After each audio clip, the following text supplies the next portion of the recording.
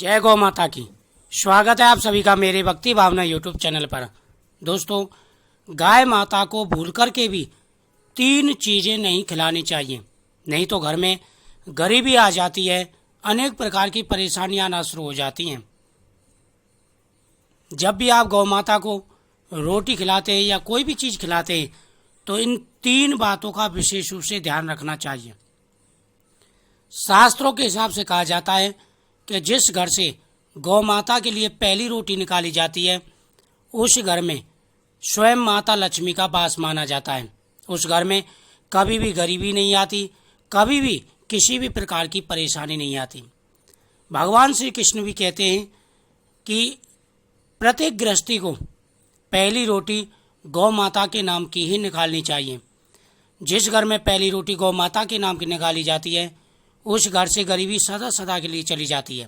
साथ ही उस घर में सुख शांति बनी रहती है, किसी भी प्रकार का कोई दोष नहीं रहता, पुत्र धन प्राप्ति होती है, हर प्रकार के मनोरथ उनके पूरे हो जाते हैं। गौ माता के शरीर में सभी देवताओं का वास है। अगर आप गौ माता का पूजन करते हैं तो समझ लीजिए कि आपने सभी देवताओं का पूजन कर लिया। लेकिन जब आप गौ माता को चीज़ें खिलाते हैं तो 3 चीज़ें भूल करके भी नहीं खिलानी चाहिए। नंबर 1, बहुत से लोगों की आदतें होती हैं, खाना खाने के बाद में जो खाना बचता है उसे गौ माता के लिए रख देते हैं। गौ हमारी माता है, हमें शुद्ध चीज़ें गौ माता के लिए खिलानी चाहिए। इसलिए भूल से भी आपको ऐसा नहीं करना है कि बची हुई चीज़ें आपको गौ माता को नहीं खिलानी है। इस बात का हमेशा ध्यान रखें। अगर आप ऐसा करते हैं तो आपके घर से माता लक्ष्मी जी चली जाएंगी। नंबर 2, रखे हुए आटे की रोटी। बहुत से लोगों की आदतें होती हैं कि एक दिन पहले का रखा हुआ आटा होता है और सोचते हैं कि पहली रोटी गौ माता को इसी किस्से बना दें।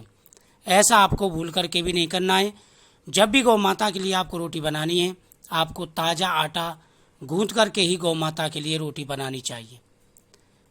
या आपकी बची हुई रोटी, बहुत से लोगों के खाना खाने के बाद में जो रोटी बच जाती है वह गौ माता के लिए डाल देते हैं। ऐसा आपको नहीं करना है। नंबर 3, गौ माता के लिए जब भी आप खाना निकालें या फल खिलाएं तो वह ताज़ा ही होने चाहिए। कभी भी बासी चीज़ें या सड़ी गली चीज़ें गौ माता को नहीं खिलानी है। गौ माता को जो भी फल खिलाएं, सब्जी खिलाएं तो वह ताज़ा ही होनी चाहिए। इस बात का विशेष रूप से आपको ध्यान रखना है। अगर आप इन बातों का ध्यान रखेंगे तो गौ माता का आशीर्वाद आपको प्राप्त होगा, आपकी सारी परेशानियां दूर हो जाएंगी, घर में सुख शांति रहेगी, धन्य धान्य बढ़ेगा और साथ ही सभी देवताओं का आशीर्वाद भी आपको प्राप्त होगा। तो आप इस बात का विशेष रूप से ध्यान रखें। जब भी गौ माता को चीज़ें खिलाएं तो ये 3 चीज़ें आपको नहीं खिलानी है। जो भी चीज़ें खिलाएं सही चीज़ें खिलाएं, ताज़ा चीज़ें खिलाएं। वीडियो को शेयर करें, चैनल को सब्सक्राइब करें। जय गौ माता की।